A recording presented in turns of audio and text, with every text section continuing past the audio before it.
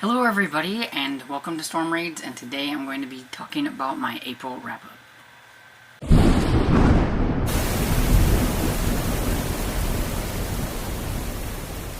So I'm going to very quickly wrap up my April and everything. I'm going to try not to talk too much about anything. Most of these books I have talked about in like a weekly wrap-up, so if you do want to know a little bit more about them, you can go and look there and everything, but I'm just going to make this quick. I'm not going to give star ratings. I'm going to tell you if I liked it or if I didn't like it and just kind of go from there. I don't want to really have to think too much about anything. I'm just wanting to quickly wrap up April. Okay, so April was Old School April, which was hosted by and created by Kelsey from Slime and Slashers, and it was co-hosted by a whole bunch of different people, and it was a lot of fun. I had a lot of fun reading a lot of old school, middle grade especially, and everything, and watching a lot of movies. I watched a ton of movies in April. I don't on a norm watch movies that much anymore. A lot of times I just have like the same TV show in the background and everything, and I read or whatever and listen to audiobooks. So I watched a lot and it was a lot of fun. And I also participated in Amish in April, which was hosted by Sarah from the Bookish Knitter and Elizabeth from Lizzie Faye Loves Books, and I managed to read a couple of books for that and everything. And then I did manage to get in, I think, an e-arc that I had, I think, and some things, but I think most of it was Old School April. You'll see as I go through this. I'm just kind of going to run down the list that I have on my spreadsheet, so nothing's in any kind of order.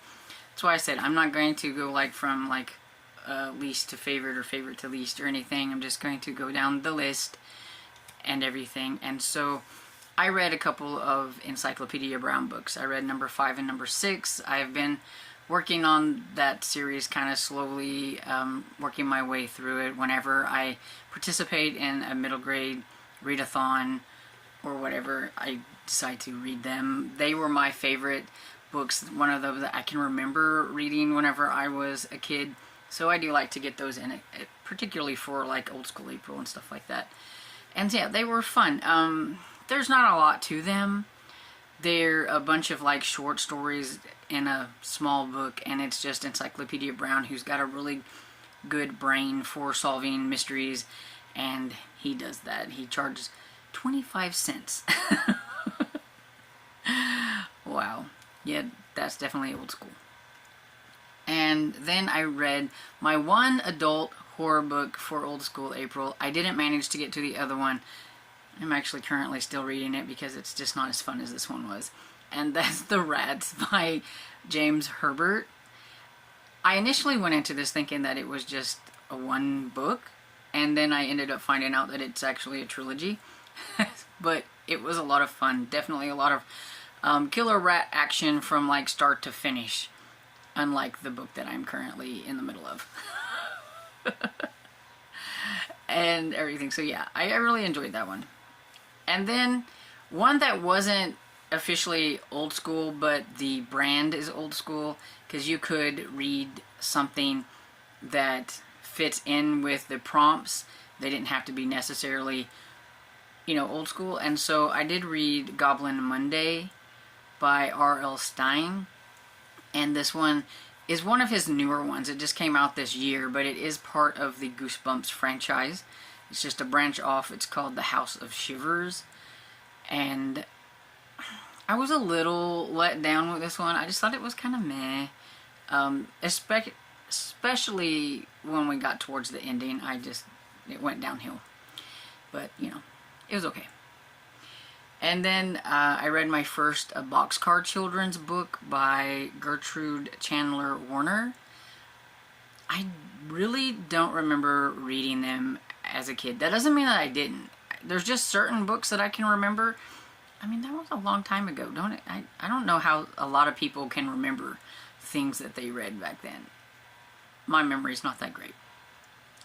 But I thought, you know, I'll give it a try because I know a lot of people enjoy the Boxcar Children. They read them and everything.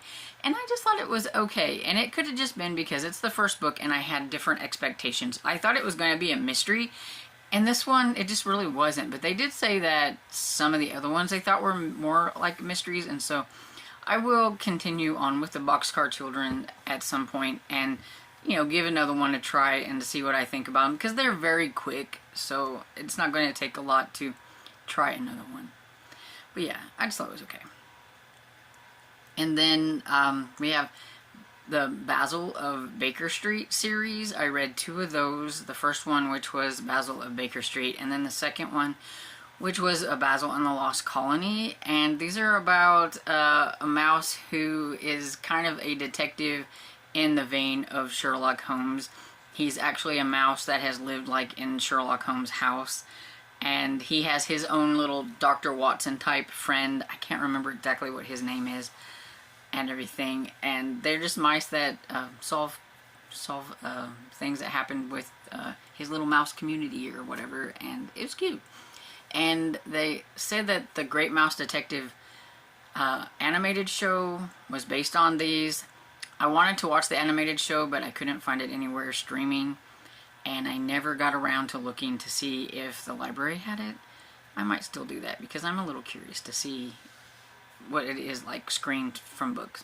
But there's several other books to go in that series, and I will get to them eventually.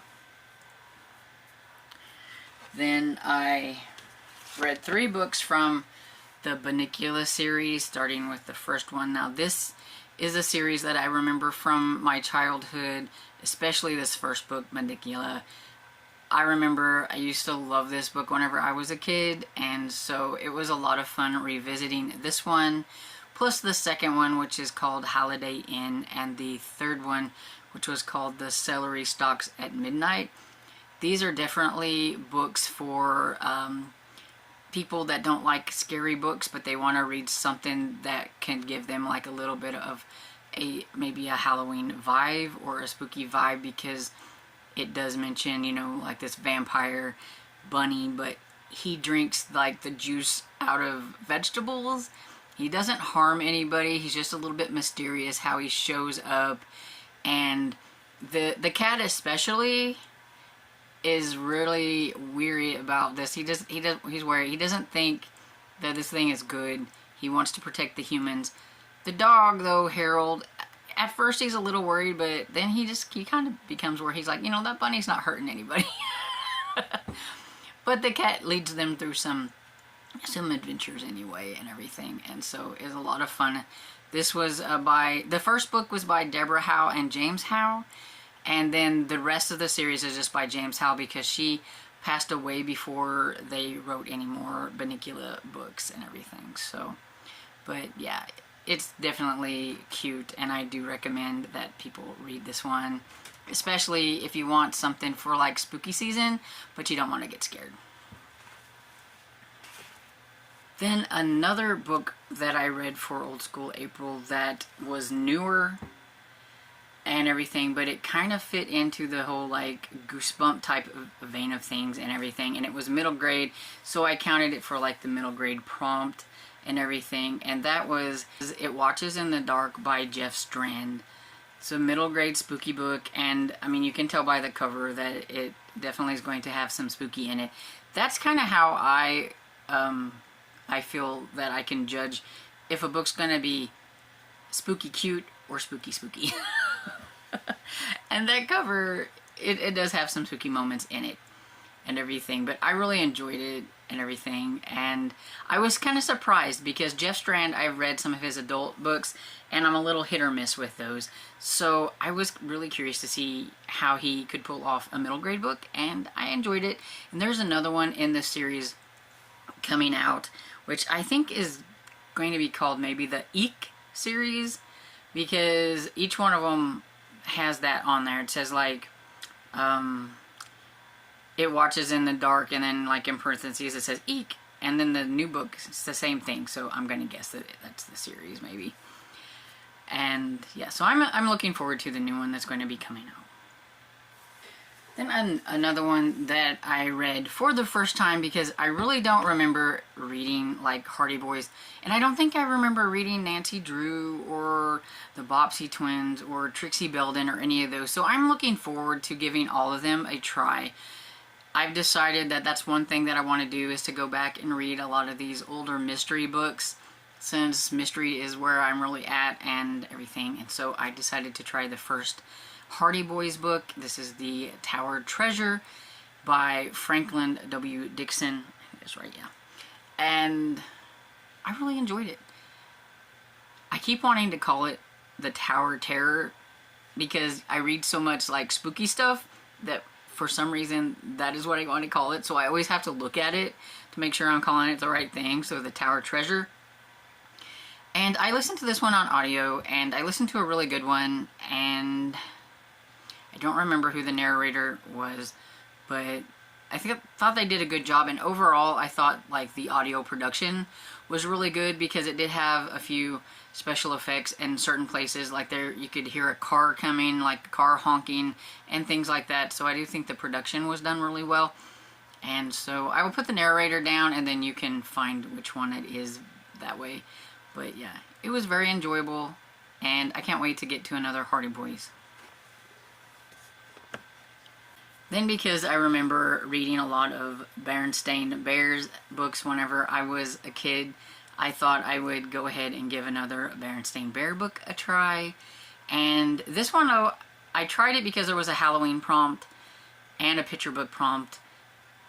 And I think I got like a newer one. And then some of my lives and stuff that, you know, people were talking like, I guess the son took over the line of books, and I think this one might have been that. It was called The Big Halloween Party, and by Mike Berenstain.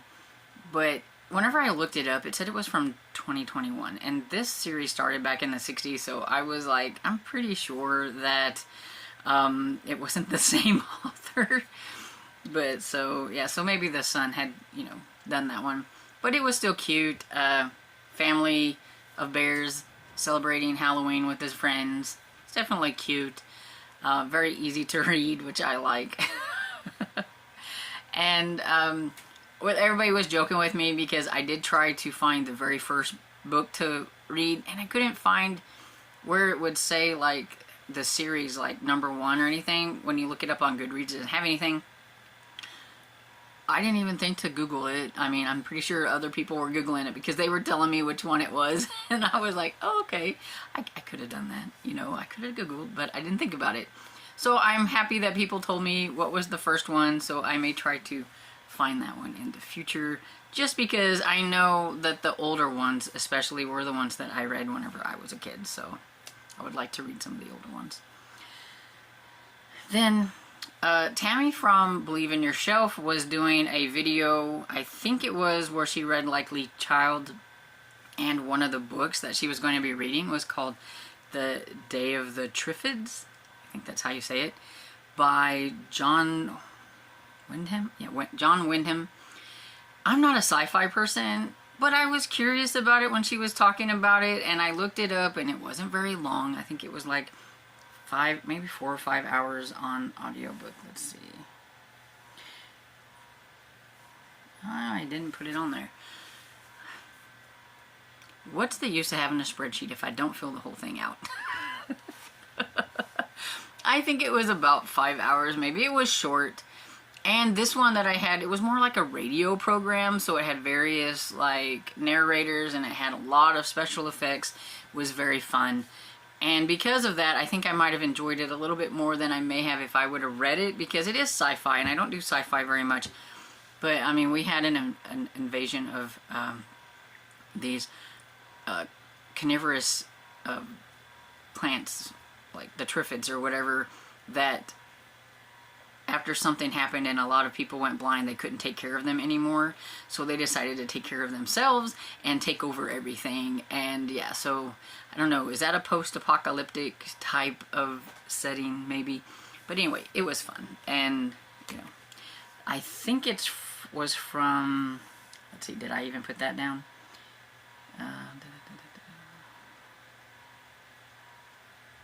It's from 1951, so, you know, it was kind of fun. There's a sequel. Actually, there's 2 sequels, and I'm a little confused because both of them say number 2, but both of them were written very far apart and at different times, and so I'm wondering if 2 different people decided they didn't like the open ending, which I didn't either. They didn't like the open ending and decided to make a sequel for them and everything. So I don't know if I will read the sequels. It depends. But I did really enjoy, for the most part, the first one. And I didn't like the open ending part, but other than that, it wasn't too bad. So, the last book that I have to talk about didn't end up in a weekly wrap-up or anything. So it was The Secret of the Mansion by Julie Campbell, and it's the first Trixie Belden book. Everybody's telling me I need to try Trixie Belden, and like I said, I do want to try a lot of the older mystery books series and everything, so I thought why not. It wasn't very long on audiobook. I think it was maybe, let's see, I do have that one.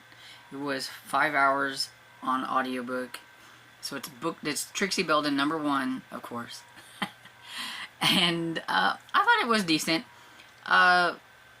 Maybe not quite as big of mystery in it as like the Hardy Boys. I think the Hardy Boys definitely had a lot more mystery into it. But for the time period, it was 1948. So, I mean, the kids, they were a lot different than like kids today, for sure. And you can tell that it's written differently and into the time period. How many kids today would say, oh, my brother's been bit by a copperhead, I need to cut it open, I need to suck the venom out, or whatever it is? No, they would probably be freaking out and they would have no clue and everything. But that's the kind of stuff that was in this, is like very calmly. I mean, she's nervous, very calm, and everything. She's trying to save her brother. She heard this is what she's supposed to do, and all them kind of things. She definitely, the survival instincts and the things that they were probably taught, definitely I feel is a lot different from today's kids and everything. So I really like that. I thought that was very interesting, how more adult they felt, you know, and everything. And so that, I believe, is the last of the old school books. And then I did get 2 books for Amish in April, like I said. So I have, they're both from the same series. I had Honeymoons Are Hazardous and Dating Can Be Deadly from the Amish Matchmaking series by Amanda Flowers. 5 stars. I'm giving stars to these. I really enjoyed them. They were a lot of fun. And I just really like that series. I actually think I like that series way more than the Amish Candy Shop series, because I love Lois and Millie so much more. And maybe because they're older characters and everything. And I would say because their relationship problems aren't the same. But I mean, they are getting into relationship territory even though they're older, so it's kind of fun. But it is different. I do think the dynamics, especially with Lois, who's been married several times and everything. But with like Millie, I mean, she had this one great marriage and her husband passed away, and she struggled with, can she have another one, you know, and everything, even though she really likes the guy, but does she want to go there, you know? And so I just kind of like the dynamics, I think, of the relationships, and especially how they're on 2 different spectrums, of Lois being married like 4 times and Millie's Amish and she's only had the one marriage and everything, and she's been single for a long time, so does she really want to jump into like another relationship type thing? So that's a lot of fun. And so the last book I'll talk about didn't go with anything, but I had it on Libby and I went ahead and listened to it, and that was Some of Us Are Looking by Carleen O'Connor, and this is the 2nd book in the, is it the County? Yeah, the County Kerry series. And this one is not cozy by any means, so I know she has a cozy mystery series, so don't think that her other series is cozy, because it's not. This one is very much just a contemporary mystery set in Ireland, and everything. It's got a lot of gritty kind of things going on and everything, but I really enjoyed it because it is a little darker and everything than cozies, and that's kind of my thing. I like that. So I enjoyed it, but just know that it's just going to be a little bit more gritty. I do think it's a good series. It's a solid, like, good, okay. It's not going to be a favorite, I don't think. The relationship between them two main characters sometimes is a little wonky. And we're only into book 2, so I'm not sure where that's going to head. But yeah. And I think that's everything. And see, even when I try to not say a whole lot about books, I still, because I talk slow. But I can't change myself. That's kind of how I am. You guys can just speed me up. Let's see. Overall, let's see. Checking out statistics here. Maybe. Okay. So I read 18 books overall, so that was not too bad. Especially since, like, the month before I only read 13. So I did, you know, March I was going through some things where I just didn't want to read anything. I kind of feel like I've gotten a little bit more of the reading mojo back a little bit.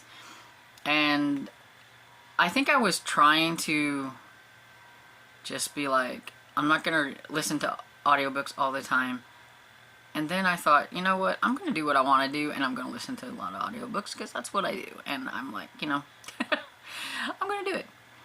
And so, yeah, so, like I said, most of them were middle grade, and pretty much all of them were mysteries. Oh, except for one science fiction and everything. But yeah, that's how my April went. Oh, and like I mentioned I watched a lot of things, and so yeah, I probably watched 20 plus movies in the month of April. That's a lot for me. I did. I watched a lot of movies. My favorite one will be Dirty Dancing, of course, because I absolutely love this movie. Definitely Patrick Swayze was and will always be probably my favorite movie crush and everything. I remember when I was 11 and I watched this for the first time, and I think it was kind of like a moment, because I haven't watched this movie since he passed away, because I didn't want to watch it. I just like, I don't want to watch it and everything since he's gone, but you know, I decided to go ahead and do it, and so now I got that over with. I will watch it more often now. I did have a couple of duds or movies that I didn't care for as much. That would probably be Clue and St. Elmo's Fire. They were just okay.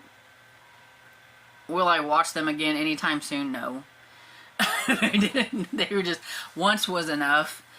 I have watched Clue before, but when I was like younger. I don't remember ever watching St. Elmo's Fire. It was just too dramatic. And Clue was just too dumb. Not my kind of humor. But I had a whole bunch of other ones that were really good, that I really enjoyed. And so the movie watching part was a lot of fun. I can't wait for Old School April to come back around, because it was a lot of fun. And Kelsey makes it a lot of fun. She has a lot of things that she puts into it. My team won. I was so excited because our team usually has the less people, the Silver Snakes. And so I thought that was pretty cool that we actually won and everything. But it's not like, you know, a giant victory. We don't get anything, but we get bragging rights. And so we won. So that was fun. And so let me know how your April went. Did you read books for Old School April? Did you read books for Amish in April? What was your favorite book? Let me know down below. And if you like this video, please give it a thumbs up and subscribe. And I will see you all in the next video. Bye.